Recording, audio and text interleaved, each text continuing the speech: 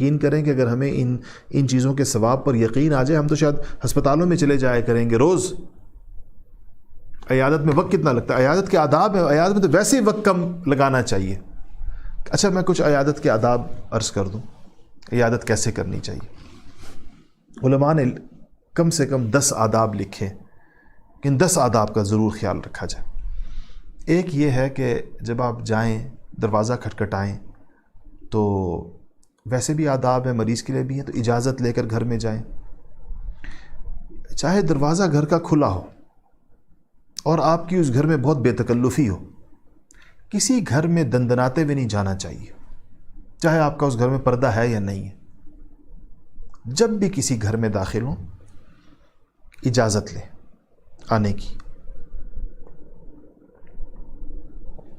حتیٰ کہ خود گھر کے افراد بھی جب گھر میں جائیں تو ذرا پاؤں باہر مار کے جائیں, تاکہ اگر گھر میں کوئی بندہ اپنی پوزیشن ٹھیک کرنا چاہتا ہے تو اس کو مہلت دیں, ایک دم جا کر کسی کے سر پہ نہ کھڑے ہو جائیں.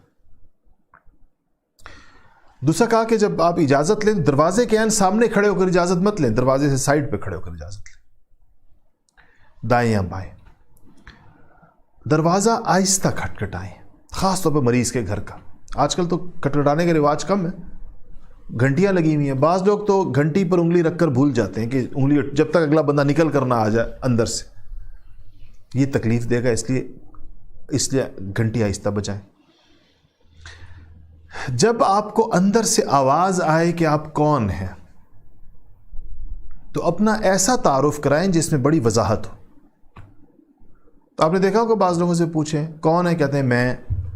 اب سمجھ نہیں آتا اگلے کو میں کون ہے. کوئی کہے گا بس فاروق, شکور. اب اگلے کو پتہ نہیں چل رہا کہ فاروق کون ہے. تو صرف بتائیں اپنے بارے میں کہ میرا نام یہ ہے اور میں فلانی جگہ سے آیا ہوں اور اس مقصد کے لیے آیا ہوں. میں فلانے صاحب کا دوست ہوں, میرا نام یہ ہے, میں فلانی جگہ سے آیا ہوں اور ان کی عیادت کے لیے آیا ہوں. واضح بات بتائیں, اس میں کوئی ابہام نہ. یہ بڑی ضروری چیز ہے. یہ لوگ فونوں پر بھی کرتے ہیں ایسے,